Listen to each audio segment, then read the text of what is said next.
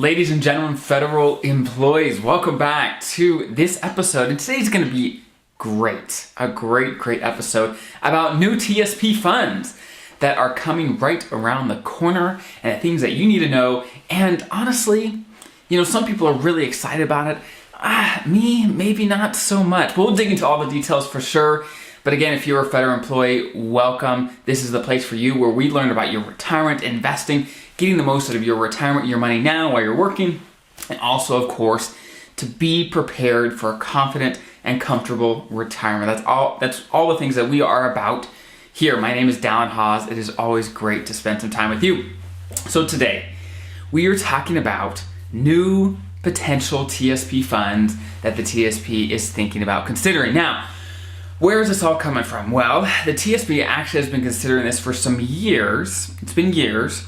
It hasn't been talked about a ton, but they are calling it a mutual fund window, okay? And basically what this is what they're considering is they call it a window, meaning they'll give you access to invest in thousands. The numbers that we're seeing is about 5,000 plus different funds that are just offered around outside the TSP anyway, so that you as a federal employee can start investing in them, right? That's what it's all about, right? Now, there's a couple reasons why they might do this, some of the pros and cons and things like that. So let's start with when this might come into play. First, the TSP is having a new record-keeping contract, right? That's gonna get started in the summer of 2022. Okay, and when this happens, they will have the functionality to offer this mutual fund window. So that is when it is predicted to come into play. So a little more than a year if you're listening to this right when this comes out in October of 2021, right? It's gonna be summer of 2022 when it is predicted. Now, why are they doing this, right? Well, the TSP, as part of the TSP Modernization Act that's been kind of going on, there's been some changes. They want to make the TSP an attractive place to keep money. And I'll tell you why. The TSP costs money to run, right? There's employees. There's funds that it takes to make it all work, right? And the more money, the more people that are investing in the TSP, then the lower the fees are to run it per person. Because let's say there's 100 people, 100 federal employees that invest in the TSP. Well, they have to cover the costs of managing and creating the TSP, right? They have to cover all that cost. But let's say there's 1,000 or 10,000 federal employees. Well, that same cost gets spread out amongst all those different people. And as you get more people into the fund, some expenses do increase, but bottom line is this, hey, the reason they're doing this is they want it to be more attractive for people to keep money into the TSP at times like retirement, right? Or age 59 and a half. They want people to say, hey, I can just keep my money in the TSP where it is. I don't have to move it. And I can get access to all these other funds. So why should I move it, right? And there may be some reasons for or against, whatever. We've talked about that before.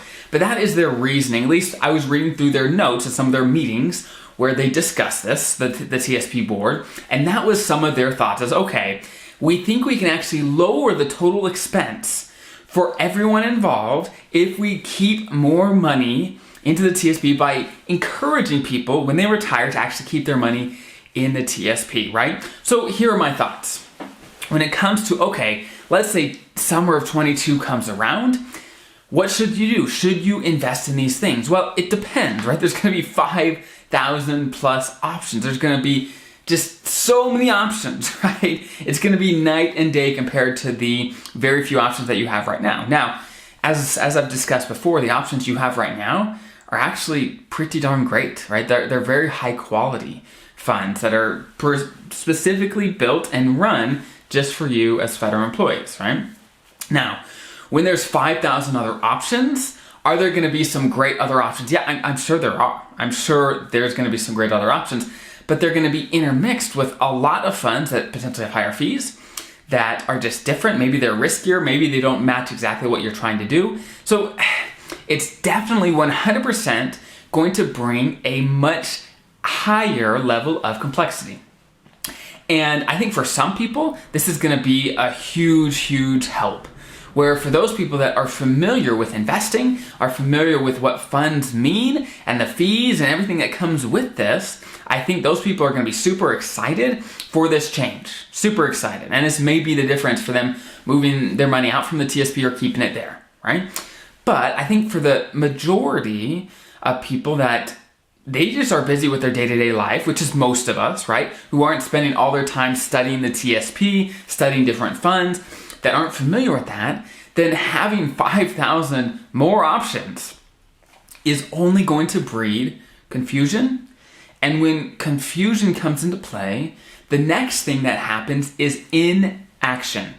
People don't make decisions when they're confused. They often do nothing, right? So my hope for you guys, the people listening here, is as these come into play, for sure, I'm going to be here walking you through, okay, what's available, how should you be using it, and all these things. And we really don't have a ton of details about these things yet, right? And so as things actually happen, because as we know with the government, delays are a normal thing, right? Who knows when this is actually going to happen and what it's actually going to look like and the cost that is actually going to be associated. We don't know.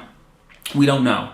But when that happens, I'm going to be right here for you. So definitely subscribe, join the newsletter on my website, whatever it is, be a part of the community, and I will definitely keep you updated on some of the best strategies to think about, right? So again, as a summary, there's probably going to be funds that invest in, let's say, real estate or emerging markets or things that you don't have access to right now in the TSP. I think that's going to be a main goal of having more options to invest in different things, which I think is honestly great to have diversification, and that's a great thing. Great thing. And one big push, of course, is to have options for environmentally friendly investments, right?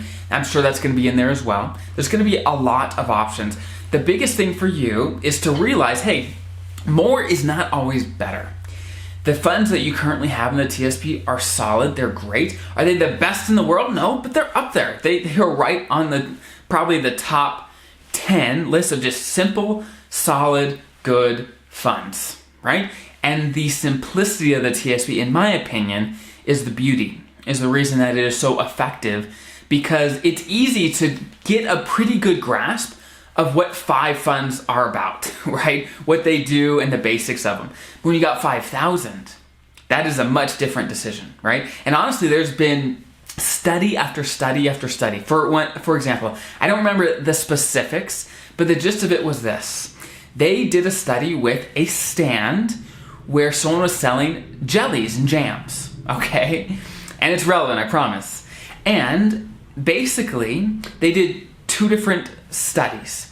One study, this jam stand, this jelly stand, sold about 50 different jelly flavors, a ton of different flavors, right? And actually, what happened was a lot of people went over and checked it out and looked like, wow, look at all these flavors, this is great.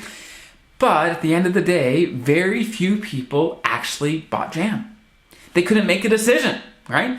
They did another study where I don't remember the exact number, but it was maybe 3, maybe 5 different flavors. It was very few selection. And guess what?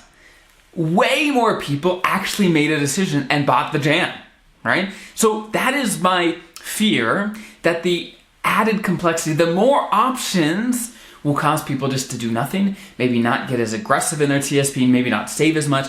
These are the things that I am scared about with these new changes. But again, I think it will help a lot of people, and that's why I'm here for you as these things actually happen, that I can keep you updated all along the way. So I hope that was helpful. If you have any nuggets, maybe you've heard something from the TSP. Again, there's not a lot of info on this. I'm sharing the few things that I have heard and have read from the different sources that I have. And again, I will be right here for you as these things actually happen. And I hope that was helpful like always, and have a great rest of your day.